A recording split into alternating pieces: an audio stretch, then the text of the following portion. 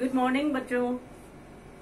आज मैं आपको उत्पादन अनुसूची, उसके द्वारा उत्पादन संभावना वक्र का निरूपण, उसके पश्चात उत्पादन संभावना वक्र की विशेषताएं, इनके बारे में बताने का प्रयास करूंगी।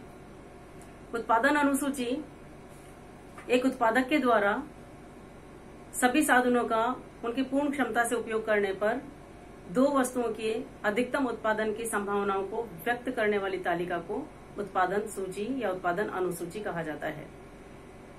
अगर इस अनुसूची के अनुसार ग्राफिकल प्रेजेंटेशन कर दिया जाए तो वह ग्राफिकल प्रेजेंटेशन उत्पादन संभावना वक्र कहा जाएगा।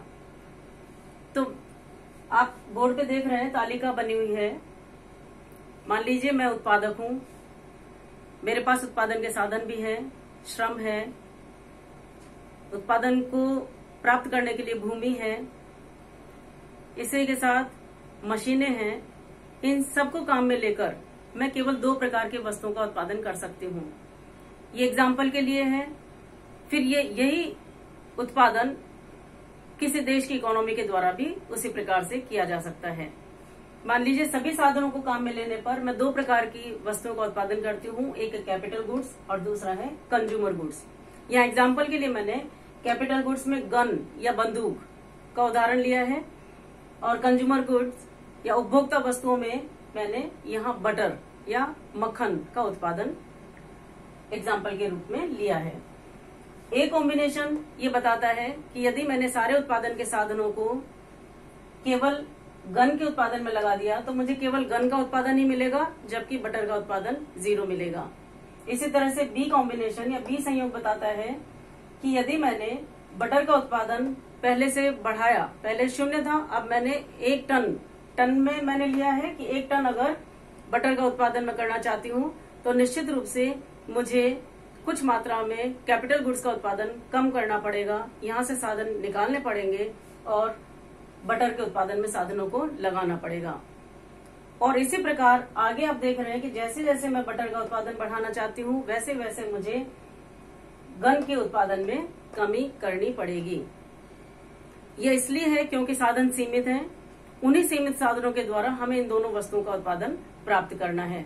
इस प्रकार सीमित साधनों से या दिए गए साधनों से या दी गई टेक्नोलॉजी से दो प्रकार की वस्तुओं के उत्पादन की इन विभिन्न संयोगों को बताने वाली तालिका को उत्पादन सूची कहा जाता है।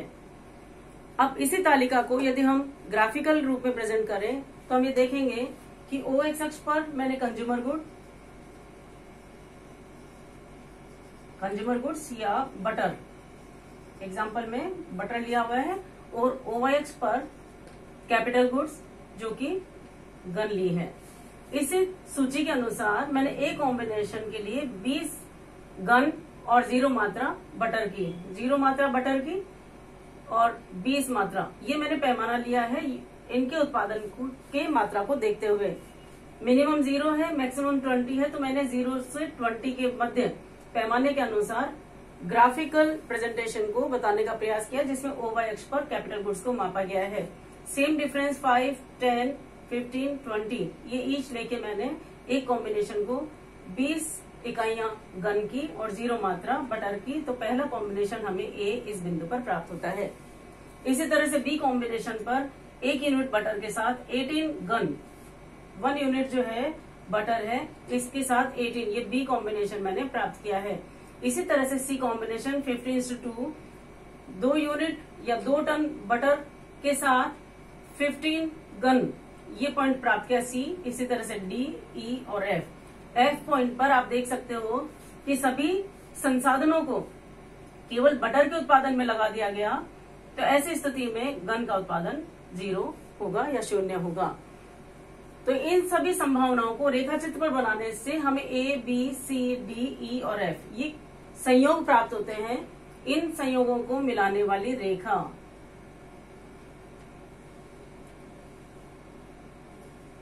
इन संयोगों को मिलाने वाली रेखा उत्पादन संभावना वक्र कहलाती है। उत्पादन संभावना वक्र क्या हो गया कि दिए गए संसाधनों से दो वस्तुओं के उन विभिन्न अधिकतम उत्पादन को प्रदर्शित करने वाली रेखा उत्पादन संभावना रेखा या उत्पादन संभावना वक्र या प्रोडक्शन पॉसिबिलिटी ट्रांसफॉर्मेशन कहलाता है या प्रोडक्शन पॉसिबिलिटी फ्रंटियर भी कहलाता है। तो इस तरह से हम उत्पादन संभावना वक्र को निरूपित कर सकते हैं दी गई उत्पादन सूची के अनुसार। अब आप इस उत्पादन संभावना वक्र में देख रहे हैं कि जैसे एक इकाई बटर की मात्रा बढ़ाने के लिए 2 इकाइयों का परित्याग किया गया है, सेक्रीफाइस किया गया है, उसी तरह से 1 इकाई और अधिक मात्रा बटर की बढ़ाने के लिए यहाँ 3 इकाइयों का परित्याग किया गया है और 1 इकाई अतिरिक्त बटर को प्राप्त करने के लिए 4 इकाइयों का गन का सेक्रीफाइस किया गया है और 1 अतिरिक्त इकाई प्राप्त करने के लिए 5 गन का त्याग किया गया है। आप ये देख रहे हो कि ये जो त्याग करने की मात्रा है, जैसे जैसे बटर का उत्पादन बढ़ाया गया है वैसे वैसे कैपिटल गुड्स या गन का उत्पादन में निरंतर जो कमी हो रही है, ये कमी बढ़ती जा रही है। पहले 2 इकाइयों का त्याग किया 1 अतिरिक्त इकाई को प्राप्त करने के लिए x की। यदि मैं बटर को x मान लूं, गन को y मान लूं, तो 1 अतिरिक्त इकाई x की बढ़ाई हमने, तो हमने y की इकाइयों का परित्याग किया। पहले हमने सबसे पहले तो क्योंकि कोई कंपैरिजन नहीं कर सकते, यहाँ कंपैरिजन कर सकते हैं, तो 1 इकाई के लिए 2 इकाइयों का परित्याग, फिर 1 अतिरिक्त x की इकाई बढ़ाने के लिए 3 इकाइयों का परित्याग क्योंकि 18 से 15, फिर 1 इकाई और अतिरिक्त मात्रा x की बढ़ाने के लिए 4 इकाइयों का 15 से 11 का परित्याग किया गया, 1 के लिए 5 का किया गया, 1 के लिए 6 का। आप देख रहे हो कि ये जो सेक्रीफाइस, ये y का सेक्रीफाइस है, ये x में गेन है। तो x की 1 अतिरिक्त इकाई को बढ़ाने के लिए y की उत्पादन की मात्रा में त्याग जो किया गया है वह त्याग की मात्रा या त्याग की दर बढ़ती जा रही है। ये कहलाता है अपॉर्चुनिटी कॉस्ट।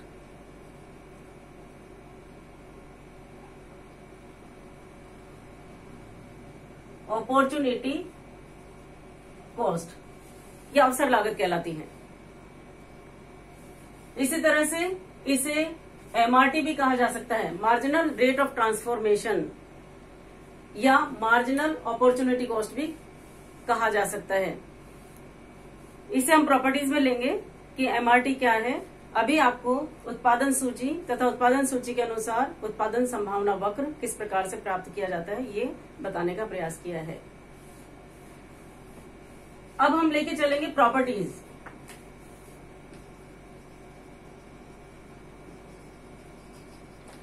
उत्पादन संभावना वक्र की क्या विशेषताएं हैं। इसकी पहली विशेषता है कि उत्पादन संभावना वक्र ऊपर बाएं से नीचे दाएं ओर जाता हुआ होता है। It is downward from left to right. आप देख रहे हो यह ऊपर बाएं से नीचे दाएं ओर जाता हुआ उत्पादन संभावना वक्र है।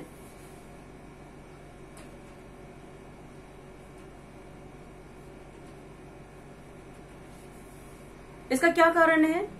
इसका कारण है कि यदि हम 1 इकाई x की मात्रा में वृद्धि करेंगे तो हमें y की इकाइयों का परित्याग करना होगा।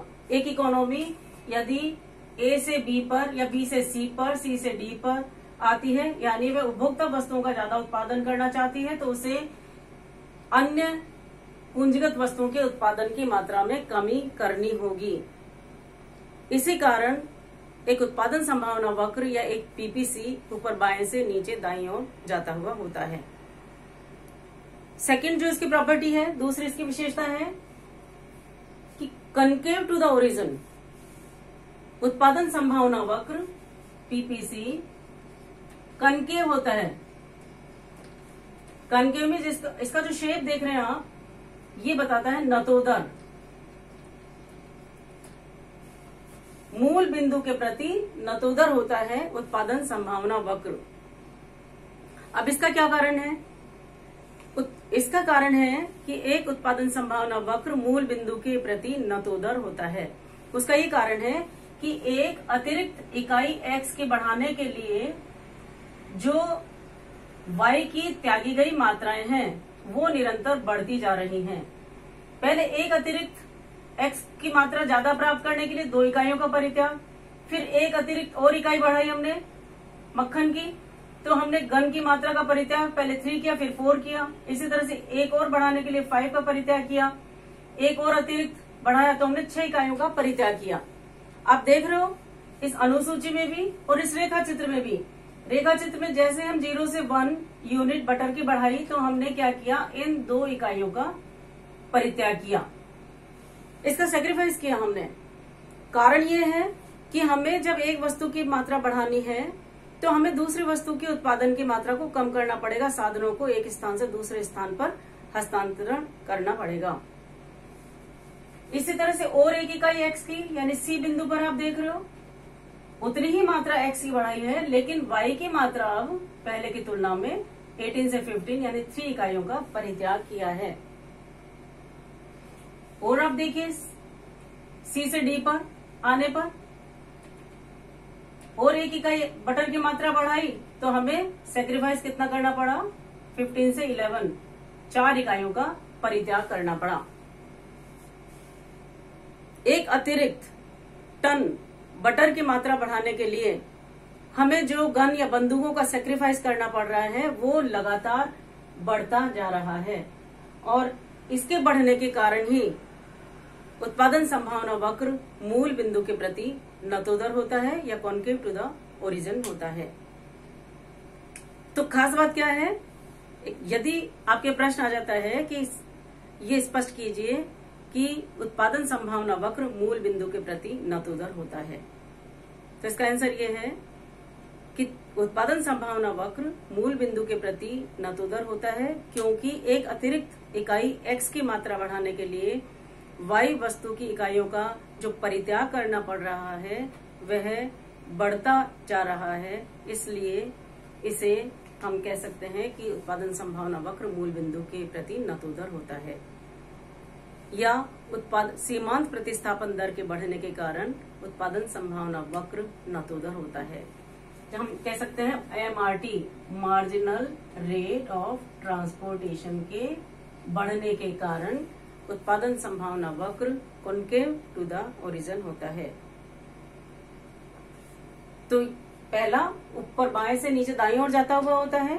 दूसरी विशेषता यह है कि उत्पादन संभावना वक्र मूल बिंदु के प्रति नतोदर होता है। केवल एक सिंपल सा इसका आंसर है MRT के बढ़ने के कारण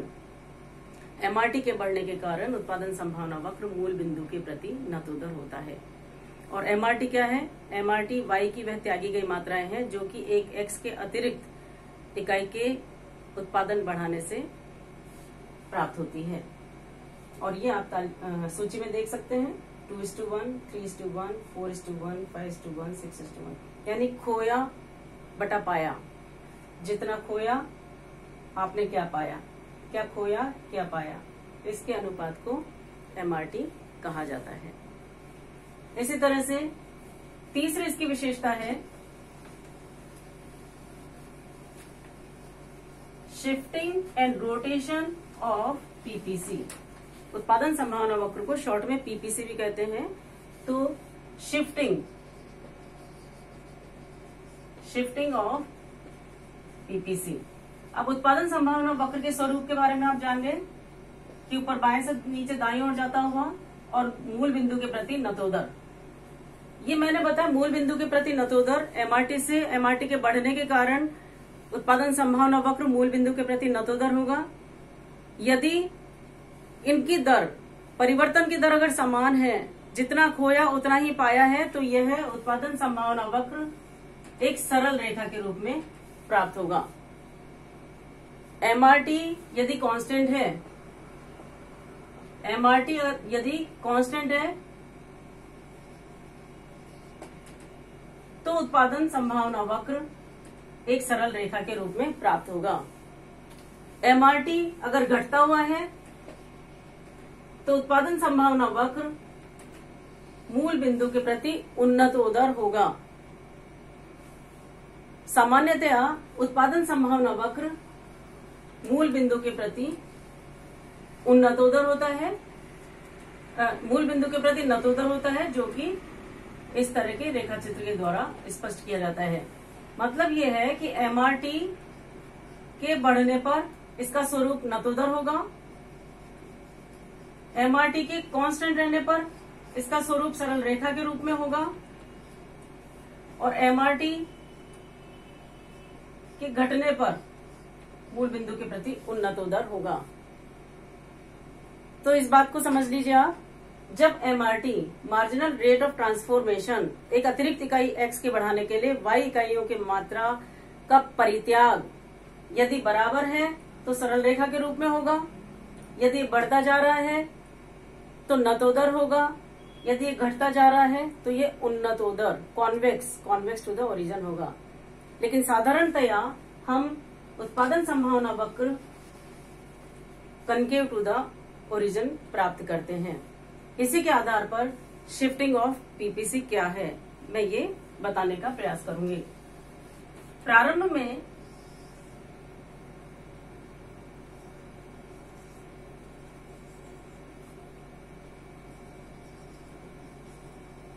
मान लीजिए ये मूल उत्पादन संभावना वक्र है ABC। अब इस अर्थव्यवस्था में कहीं बहुत अधिक मशीनें और प्राप्त हो जाएं, लेबर्स और प्राप्त हो जाएं, लैंड और प्राप्त हो जाए। कहने का मतलब अगर उत्पादन के साधन अधिक मात्रा में प्राप्त हो जाएं, टेक्नोलॉजी में सुधार हो जाए, तो अब यह अर्थव्यवस्था जो पहले A से C तक उत्पादन कर सकती थी, अब यह बाहर की ओर डाइवर्ट हो जाएगी, बाहर की ओर विवर्तित हो जाएगी। इसे कहते हैं ग्रोथ ऑफ इकोनॉमी, अर्थशास्त्र में विकास होना। जब कोई भी साधन बढ़ जाएंगे तो उत्पादन पहले की तुलना में अधिक प्राप्त किया जा सकता है। इसके विपरीत यदि साधनों की मात्रा में कमी हो जाए तो पीपीसी लेफ्ट के साइड विवर्तित हो जाएगा और नया जो उत्पादन संभावना वक्र बनेगा अब A2 C2 बनेगा।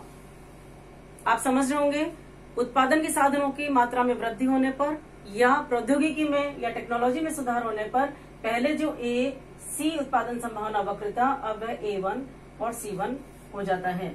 ग्रोथ होने पर, साधनों की मात्रा बढ़ने पर बाहर की ओर विवर्तित होगा, जबकि साधनों की मात्रा में कमी होने पर यह ओरिजिन पॉइंट के साइड या लेफ्ट टुवर्ड लेफ्ट विवर्तित होगा।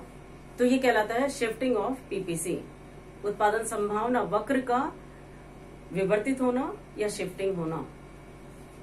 इसके साथ ही रोटेशन ऑफ पीपीसी। पीपीसी किस प्रकार रोटेट होता है, इसको बताने के लिए वही उत्पादन संभावना वक्र की प्रारंभिक स्थिति जिसमें OY अक्ष पर गुड Y, OX अक्ष पर एक्सेस पर गुड X को मापा गया है। ये AB प्रारंभिक उत्पादन संभावना वक्र है। अब मान लीजिए कि साधनों की मात्रा में वृद्धि हो रही है, लेकिन ऐसे साधनों की मात्रा में वृद्धि हो रही है जो कि केवल X वस्तु की मात्रा में ही निपुण है, X वस्तु की मात्रा के उत्पादन को बढ़ाने में ही सहायक है। तो ऐसी स्थिति में नया प्रोडक्शन पॉसिबिलिटी कर्व हमें AB1 प्राप्त होता है।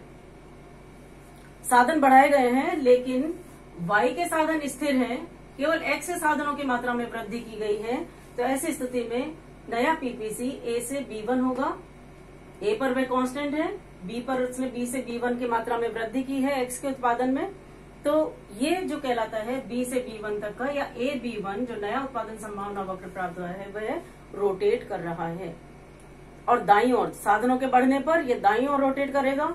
इसी तरह से यदि इकोनॉमी में X के उत्पादन करने वाले साधनों को हटा दिया जाए तो नया पीपीसी AB2 प्राप्त होगा, जो ये बताता है कि अब चूंकि Y के साधन तो उतने ही थे, वही टेक्नोलॉजी थी Y के उत्पादन के लिए, अब X के उत्पादन के लिए उन साधनों की टेक्नोलॉजी खराब हो गई या साधनों को बाहर निकाल दिया गया। ऐसी स्थिति में अब नया पीपीसी लेफ्ट ओरिजिन की तरफ या बाईं ओर रोटेट करेगा।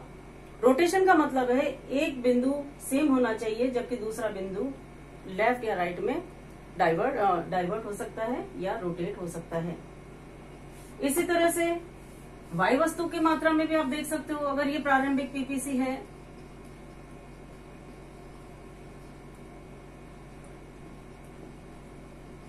ये आपको हर रेखा चित्र में वही बताया गया। OX एक्सिस पर गुड X को मापा गया, OY अक्ष पर गुड Y को मापा गया है। ये प्रारंभिक पीपीसी है। अब यदि यहाँ पर वाई के साधन बढ़ रहे हैं, वाई को उत्पादित करने वाले साधनों की मात्रा बढ़ाई जा रही है, जबकि एक्स के साधन स्थिर हैं। तो ऐसी स्थिति में एक्स का उतना ही उत्पादन होगा, जबकि वाई वस्तुओं का अधिक मात्रा में उत्पादन प्राप्त किया जा सकता है। तो प्रारंभ में जो ए बी पीपीसी था, अब नया वक्र A1B प्राप्त होगा। सेम इसके विपरीत भी वही होगा। अगर साधन की मात्रा एक्स के लिए जो उत्पादन के साधन है वो स्थिर है, और वाई के उत्पादन से अगर साधनों की मात्रा कम कर ली जाए तो पहले की तुलना में वाई का उत्पादन कम होगा, और नया जो पीपीसी बनेगा वह A2B प्राप्त होगा। आपको समझ में आया होगा कि शिफ्टिंग ऑफ पीपीसी क्या होता है और रोटेशन ऑफ पीपीसी क्या होता है। शिफ्टिंग ऑफ पीपीसी का मतलब है जब सारे साधन जब बढ़ाए जाते हैं और उन बढ़े हुए साधनों को दोनों प्रकार की वस्तुओं के उत्पादन में लगाया जाता है, तो ऐसी स्थिति में पीपीसी अपना स्थान बदलकर राइट की ओर विवर्तित हो जाएगा, और इसी तरह से सभी साधनों में कमी करने पर यह नीचे बाईं ओर विवर्तित होगा। जबकि रोटेशन ऑफ पीपीसी का मतलब है जब उत्पादन के साधनों को एक वस्तु के उत्पादन बढ़ाने पर लगाया जाए, तो वह यदि एक्स की मात्रा बढ़ाने पर लगाया जाएगा तो ये एक्स की तरफ से नीचे दाईं ओर हो जाएगा, और जबकि वाई वस्तु का उत्पादन स्थिर रहेगा। और इसी तरह से वाई वस्तु की मात्रा में साधनों की मात्रा को परिवर्तित किया जाता है। यदि उसमें वृद्धि की जाएगी तो बाहर की तरफ रोटेट करेगा, और साधनों की मात्रा में कमी करने पर यह अंदर की तरफ रोटेट करेगा। इस प्रकार आज आपने जाना कि उत्पादन अनुसूची क्या है, उससे किस प्रकार उत्पादन संभावना वक्र का निरूपण किया जा सकता है, और उत्पादन संभावना वक्र की विशेषताएं क्या हैं, जैसे ये ऊपर बाएं से नीचे दाईं ओर जाता हुआ होता है, और इसका जो स्वरूप होता है वो मूल बिंदु के प्रति नतोदर होता है, यानी कनकेव टू द ओरिजिन। और इसे हम रोटेशन शिफ्टिंग किस तरह से होता है पीपीसी, या किस तरह से रोटेट होता है, ये आपने जानने का प्रयास किया। Thank you.